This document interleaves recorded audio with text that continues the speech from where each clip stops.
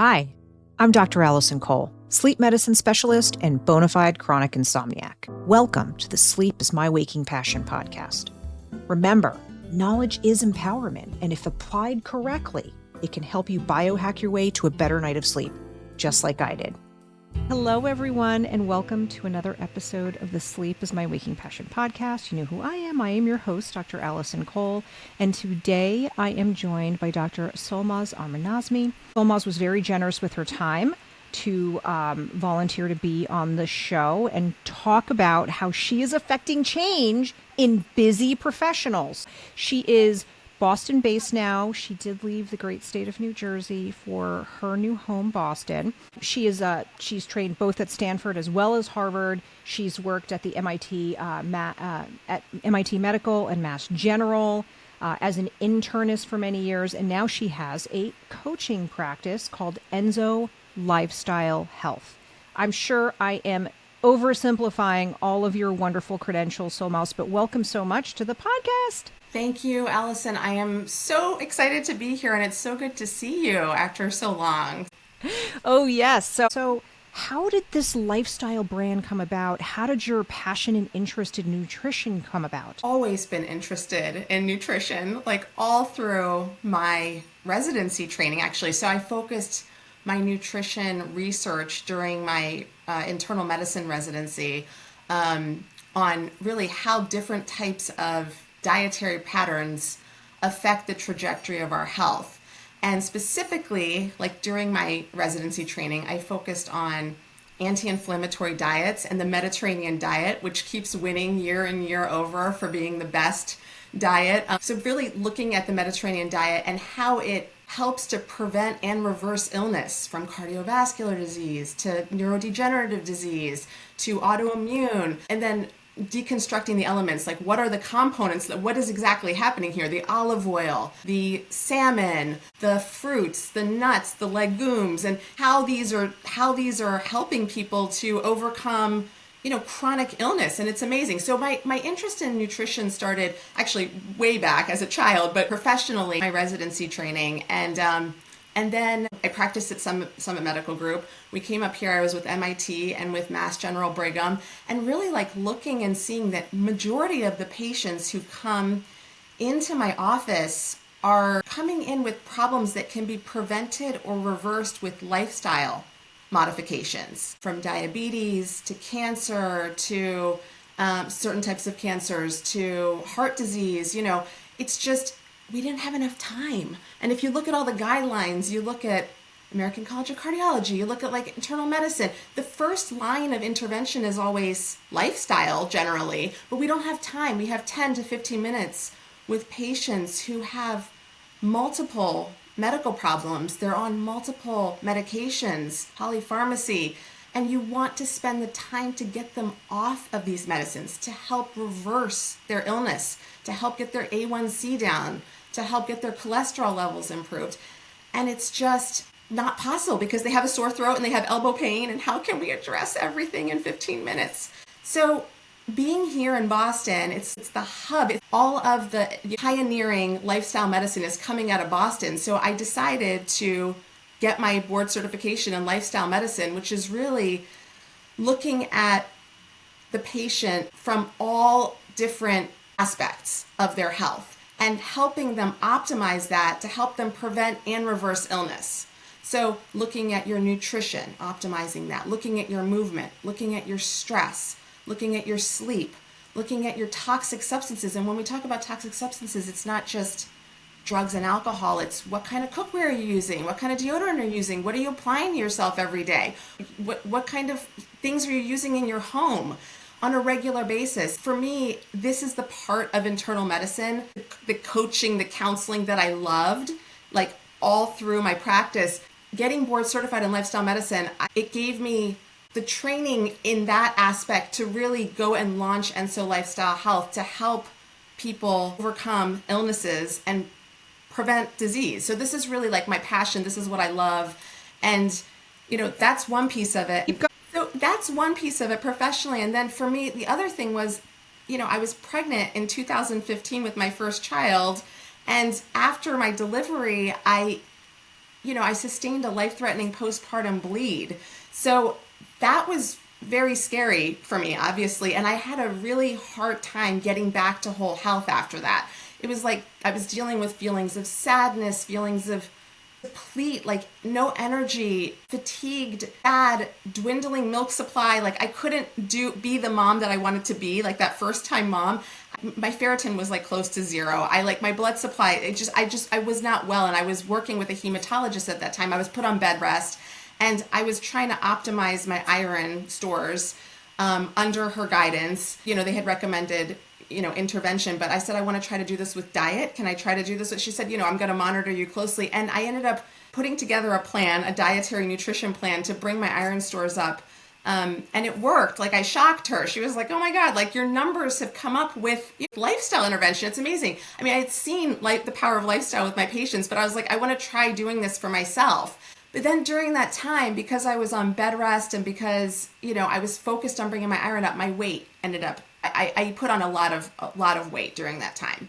So that was a huge challenge for me. I got really frustrated. I was like, I'm heavier than I've ever been. And I was just working full time as a physician, new mom. And I was just like, I'm sick of this. Like, I can't do this anymore. Like, this was just, this was like, sort of like the fuel that fired me up to really like put myself on a program similar to what I did with my patients in my practice and what I'm doing currently at Enso. It was like the frustration that fueled me. You know how it is, like you have it's like, I'm just flashing forward, like you have like 2 little kids, you're like, how am I gonna basically like cook dinner, like balance all the things in my life? Like, how am I gonna do all these things and also get back to my whole health in terms of like my weight? So that was sort of the catalyst for launching Enso Lifestyle Health. I lost the weight. I put myself back on a program where, it was sustainable, it was enjoyable, I was eating the foods that I love to eat. It was sort of twofold. It was, getting double board certified in lifestyle medicine and then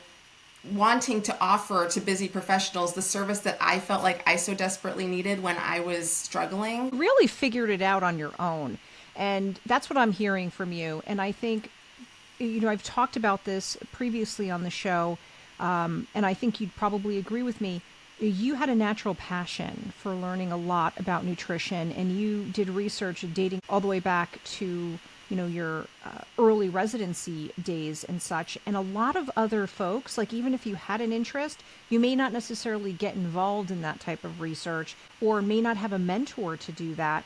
And even, where I went to school, there's such a big nutrition program, yet I really felt like I probably got a bit more than some other folks, but I do feel there was a paucity of emphasis on, there's so much emphasis in medical school on problem, this is the solution, as opposed to, okay, let's take a step back from the problem and let's say, are there ways for us to either fix this problem in a different fashion, or can we prevent that problem from happening in the first place? Yes. I resonate so deeply with that. May I ask did you need to have any kind of surgery or anything for the hemorrhage part of it, or were they No, thank God.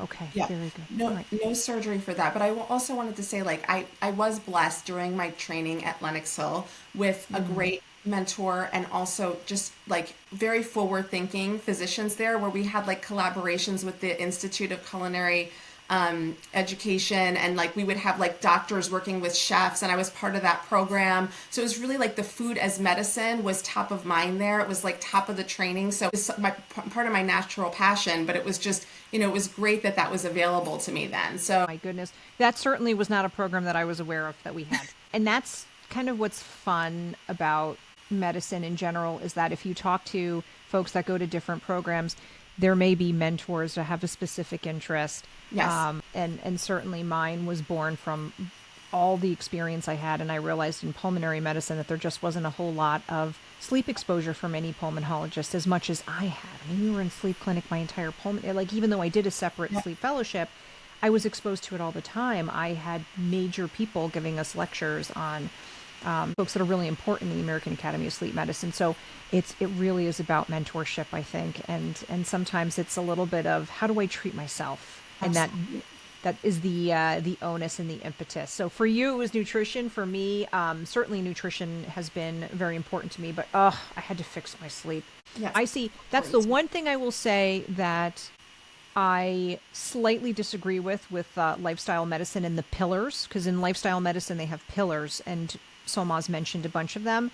I look at it as sleep as being foundational because you need a strong foundation to stick all those pillars and keep them up. So that's the only thing I would say I would tweak a little bit with those pillars that y'all like to talk about. But I didn't even know lifestyle medicine existed before I decided I was going to make this transition and start talking to folks like you. So kudos to you that you figured this out a long time ago, which is awesome. Thank you. I appreciate that. Yeah, I think sleep is so important. You can't function properly. I mean, I totally agree about the importance of it. So it's like, it's huge. Solmaz, you had posted on LinkedIn an approach that you really believe in terms of when we talk about macronutrients, meaning, guys, protein, carbohydrates, fats, those are typically what we talk about. What I feel like we don't pay a lot of attention to is fiber. And what I really liked about your message is you sort of emphasized right out the gate fiber, and yes, protein with each meal is important, but also anti-inflammatory foods versus pro-inflammatory foods. And I wanted to get a sense from you exactly your approach in terms of how you emphasize different macronutrients and components of food to your patients. Yeah, so that's a great question. Thank you. Like, my approach is not one where I want it to be enjoyable. Like, I want the relationship with food to be a positive one and like an amazing one, because this is something that we do all day. We eat and we're supposed to enjoy and be grateful for it and really nourish ourselves. Like, seafood is an opportunity to nourish our bodies with something amazing that's going to help us become energized. It's going to help us boost mood, going to help us lose weight and be fit, all of these things. So it's a beautiful thing, and it's coming from nature. It's amazing. So my approach is a real whole food, plant-leaning approach. I'm not a vegetarian personally. I work with all kinds of clients. I work with raw vegans. I work with people who love meat and potatoes. So, but really trying to incorporate more plants into the diet. Also, I don't want people to get caught up in counting and weighing things. I want you to just understand the concepts of, when I'm working with my clients, it's like, understand the concepts of what's happening physiologically to you when you eat this versus this. This is the better choice. And then that will help solidify your habits. Protein, a good high quality protein with every meal is so important. The fiber question, yes. So some people are numbers people. So I say, 25 grams of fiber is a great number to shoot for without supplements, but I would love it if you can get to 30 or 35 grams of fiber a day. And, the way to get that is from all the beautiful whole real foods. So the fruits, the vegetables, like not juicing them, not stripping them of the fiber. Fiber is the antidote to sugar. So I always say, like, nature has packaged this apple in the most beautiful way possible because it's got the sweet and yummy sugar, but it also has the fiber, which is going to help make that glucose absorption into your bloodstream stable and consistent versus a spike.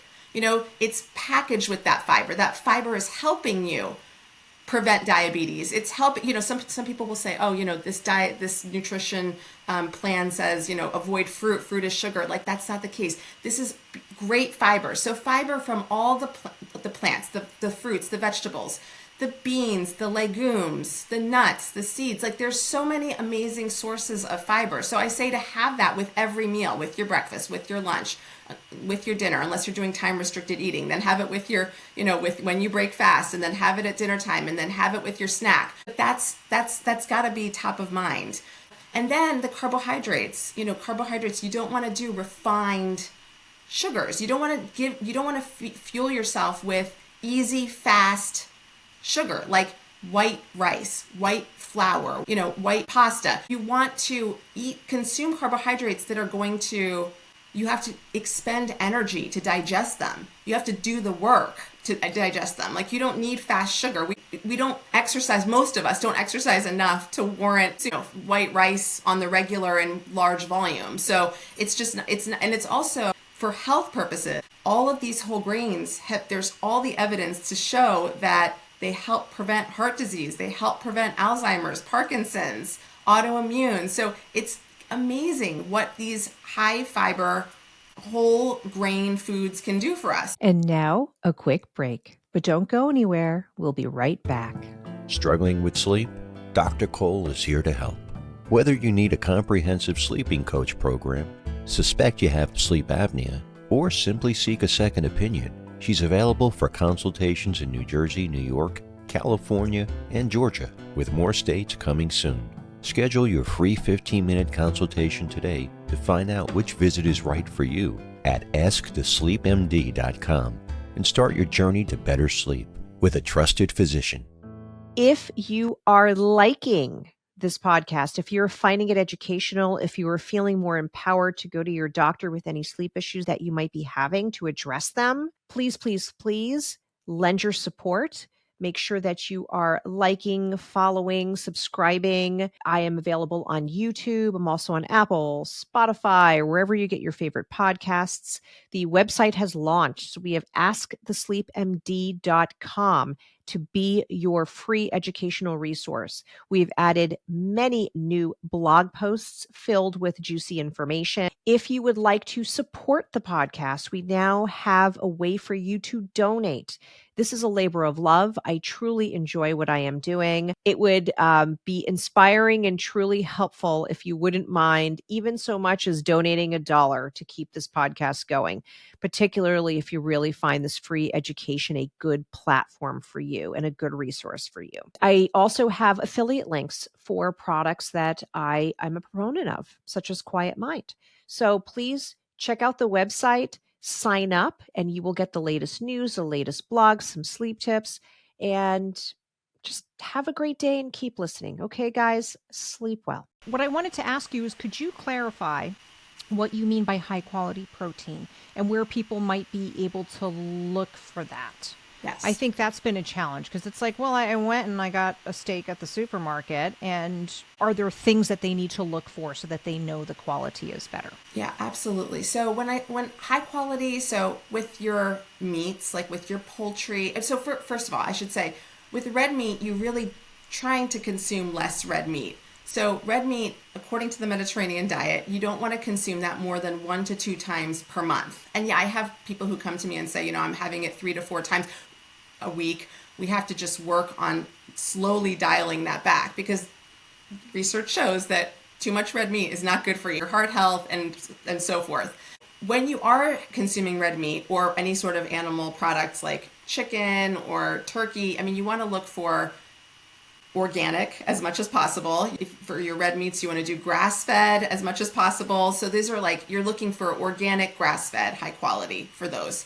And then when you're, looking at your chickpeas, your lentils, your black beans, any of your beans and legumes, I think it's fine to have the quick, canned box things there for I call them my 911 ingredients. I think that that's perfectly fine. But I think that the best to do is to prepare those, make that part of your meal prep and make those from scratch in your Instapot. They're ready quickly. You don't need to spend that much time to prep these things from scratch. And again, organic, but from scratch, and then store them in the freezer. Store these things in the freezer and have them on hand. You can just, thaw them out in a colander and throw them on your salad.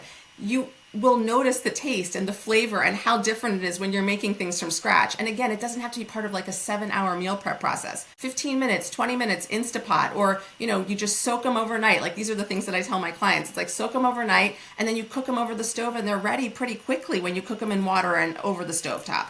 Eggs are a great high quality protein, free range, organic eggs, organic tofu. That's a great plant-based. You don't want to do that every day, but having some plant-based quick options like an organic tofu, that's great. Easy to meal prep, easy to throw on your salads, to throw in we do it with our miso soups, to just add that as part of a great Buddha bowl. It's a great, easy protein. And then you have your nuts, don't forget your nuts. Don't forget, I have them all in these clear containers so that they're easy to just sprinkle on your salad, sprinkle up, grab them for snacks, your almonds, your walnuts. Walnuts are a super satiety being protein, fiber rich powerhouse snacks. Things having those things well stocked in your pantry is really, really important.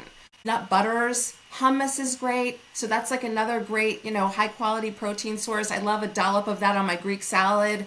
Just having a salad with your cucumbers and tomatoes and olives, you got to have protein with that. So a little bit of feta cheese, dollop of hummus. Great. It's amazing. Those are, just some examples of some good. And also, let me not forget the pescatarian thing, like omega-3 rich fat, fatty acid fish, like salmon, wild salmon, amazing. So you're looking for good high quality sources of fish, and shrimp is also fine too, scallops. Like my whole approach is really having a balance. You don't want to eat like shrimp every day, obviously, but having that as part of the rotation is fantastic.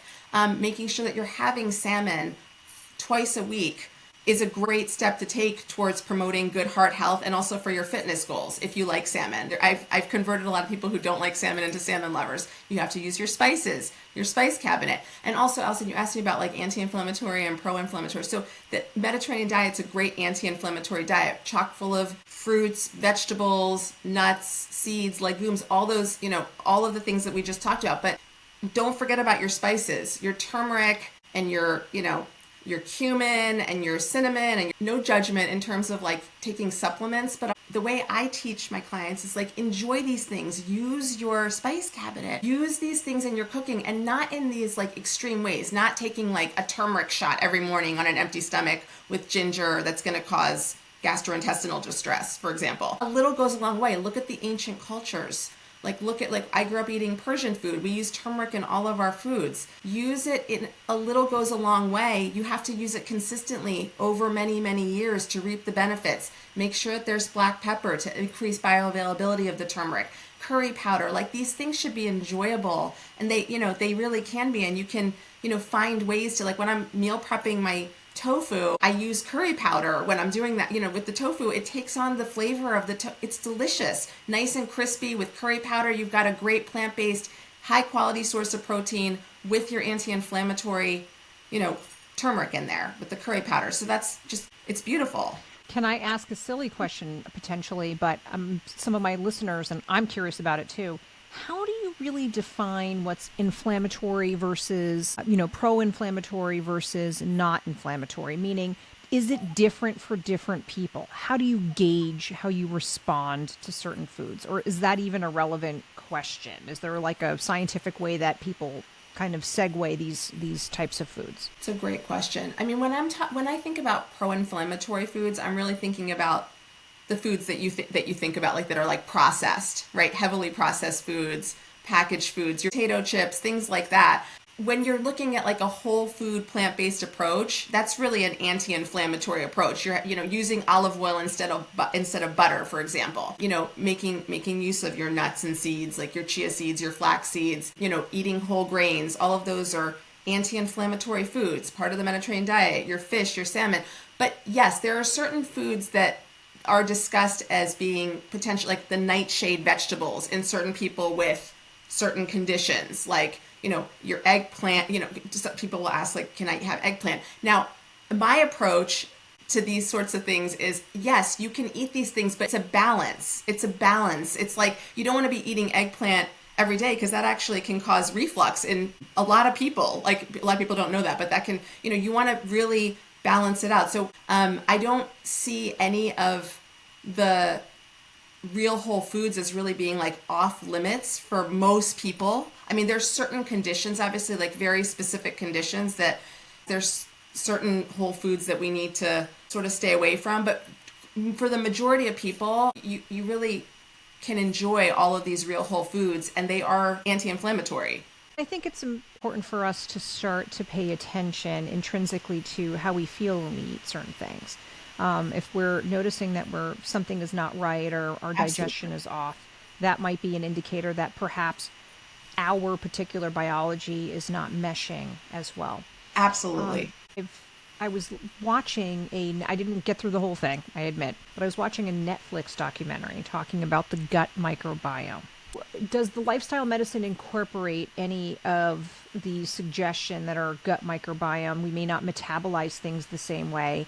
And is there any utility, even if you do not have diabetes, maybe check things like your blood glucose and how you respond. They were doing that in the documentary, and I just wasn't sure what the science was behind that, or if that's something that is another tool in your toolbox with lifestyle medicine. 100% agree with you in that, we all respond to different foods differently, and we have to be aware. Like I have patients, clients who, bananas don't, it's not an allergy, but bananas give them gastroesophageal reflux. So we stay away from bananas. Or they have noticed that like on an empty stomach, they can't have bananas, but they can have it in a smoothie later in the day, for example.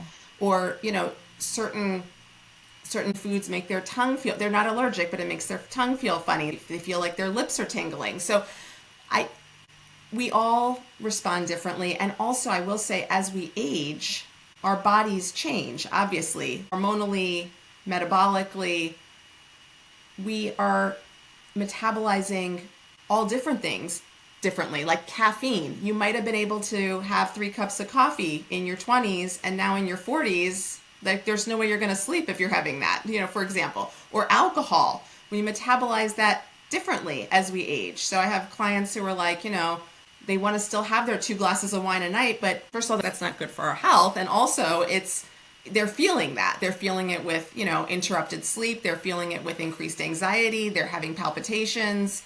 Basically, it's impeding their regular activities of their daily life. So I think, we have to really think about that too. So it's just being aware of how our individual bodies are changing and responding to different lifestyles, whether it's eating or whether it's exercise. I mean, people who are like running every day before, but they can't run and they say, okay, I'm not going to exercise anymore. No, we have to adapt. We have to change the way, that we do things as we're aging, because I tell my patients, I'm like, those are not like, 20-year-old legs anymore. They're 50-year-old legs now. You have to change up your routine. Now, in terms of you were talking about the glucose, could you? Glucose monitor. I was just curious if that's been anything you use in your practice, and if so, have you found it helpful? I don't use it simply because my approach is such that I want you to just not be fixated on the food. And I do feel like it promotes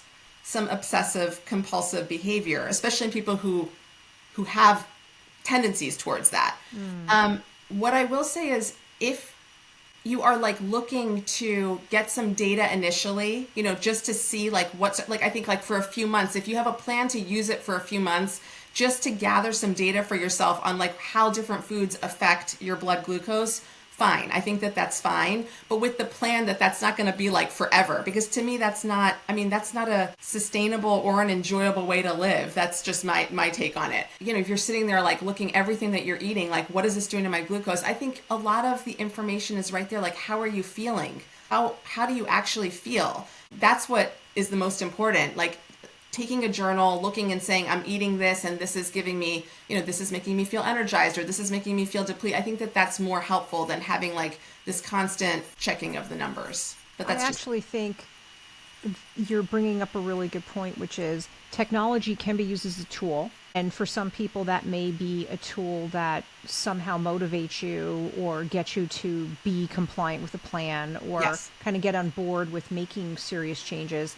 But the flip side is there is that tendency to get obsessed. And I basically have the same concerns regarding a lot of sleep trackers, that we can sometimes get a little too obsessed with what those numbers are. And we actually have a term for it we call like orthosomnia, where people get obsessed with like what their sleep score is and everything. And in the end, it's, well, how did you feel, right? Like, let's not negate our own experience. Absolutely. Like when I worked at MIT, that would happen all the time, because I was taking care of very numbers-oriented patients, as you can imagine. So they would come in with like stacks of papers and be like, this is the data of my sleep over the last like 6 months. Like, this is what my heart rate did at every second of my sleeping. And I was like, oh my goodness. Oh, but how do you feel? Oh, I feel good. I'm like, well, that's great. Like, that's great that you're feeling good. Like, we don't need all this. I mean, I just drowning in data, and it's just breeding anxiety. So I just wanted to share that experience.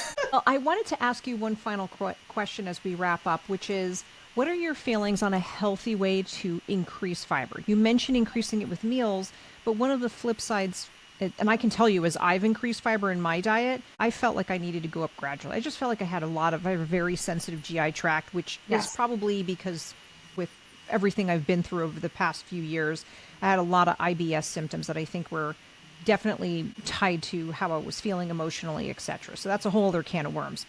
Just in terms of, minimizing GI upset, if you will, are there any tricks to increasing fiber? Is there a way that you generally recommend? My guess is it's going to be gradual because that's what I think logically makes sense. Do you have to pay attention to your water intake, for example? I think sometimes we don't talk enough about that. Can you comment? Yes, gradual is the best way.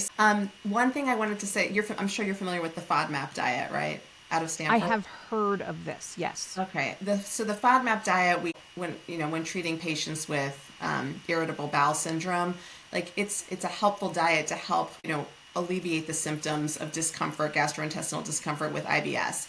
If you look at that diet, there's certain types of fiber-rich foods that can create more bloating and GI distress. I do tell my clients to look at that and sort of don't load up on those sorts of fiber-rich foods first. So like, your broccoli, your cauliflower, for example, your Brussels sprouts, chickpeas, like these are great. They're great fiber-rich foods. They're amazing, but they can cause a lot of flatulence, a lot of discomfort. So you don't want to be having like lunch with broccoli, dinner with a lot of cauliflower, wake up and have Brussels sprout. So it's like there's certain types of veggies that will give you fiber, but also not create those really uncomfortable symptoms. And you have to sort of slowly build your way up to, and even now, like I eat fiber rich all the time, but you have to be aware of sort of which vegetables are going to create that situation. So balancing it. The balance is really important. Like when I'm pan roasting vegetables, I don't pan roast like 10 heads of cauliflower.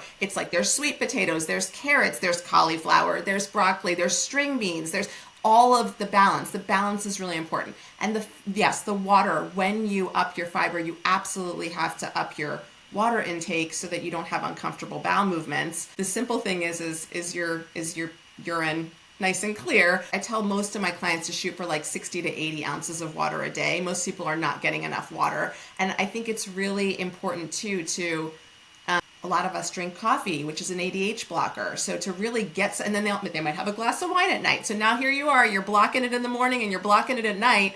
Really, like, it's important that in the morning, before getting that coffee in, I mean, you don't have to sit there taking shots of water, but it's good to really have a moment in the morning where you're hydrating yourself before you get that coffee in. See, I have my Cheers mug with my water and my, getting that in first, because otherwise you're just dehydrated.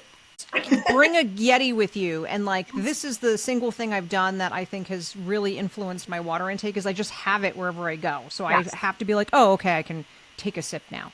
I'm not always great. I am 500 times better than I was. I certainly think making a transition out of a crazy medicine schedule where you feel like you just don't have time. It's almost like having to take time out to have a potty break is... You don't want to have a potty break. Yeah, you don't. And so I'd find myself completely like pickling myself all day because I was like, oh, I gotta hold it. I gotta do more stuff, Yep. That's what reminds me of, I did my internship with my husband at Boston Medical Center, and it was like taking a bath, like you couldn't take a bathroom, like it's like taking a bathroom break or a meal break. You're just like, no, I gotta hold. I'm not gonna, that's a whole nother episode. I was gonna say the culture of self-neglect in medicine. Don't get started on that, but yeah. Well, Solmaz, this has been so fun. I'm really glad we had an opportunity to connect after all of these years. I think your words of wisdom are really going to resonate with a lot of folks in terms of feeling more capable of understanding, lifestyle changes. The goal here is consistency and finding ways to be healthier. Yes, we emphasize sleep on the show, obviously, and actually there's some data that just came out that was pretty sizable. I think it was a meta-analysis I recall reading about where they actually looked at the Mediterranean diet and how it really helps with your quality of sleep. So, yep. We're talking all about it today. The bottom line is it sounds like whole foods, anti-inflammatory foods as much as possible. Yes. Balance, really. It's about it's creating balance and sustainability, but making it enjoyable. And use those spices, as Solmaz likes to say. Yes, exactly. Thank you. And If any of you are interested in working with her, just know that she is at Enso Lifestyle Health, and there are going to be a whole bunch of links for you so you could check her out, be on her social media. She has lots of great posts, particularly on LinkedIn, where I see a lot of them. Thank you again. This has been so cool. I really appreciate it. Thank you for having me. This was so much fun. I really appreciate it. Disclaimer. The statements made on this podcast have not been evaluated by the U.S. Food or Drug Administration. They are not intended to diagnose, treat, cure, or prevent disease. The information provided by this podcast should not be used as individual medical advice. While I am a practicing sleep provider, I am not your sleep provider. You should always consult with your personal healthcare provider for individual recommendations and treatment.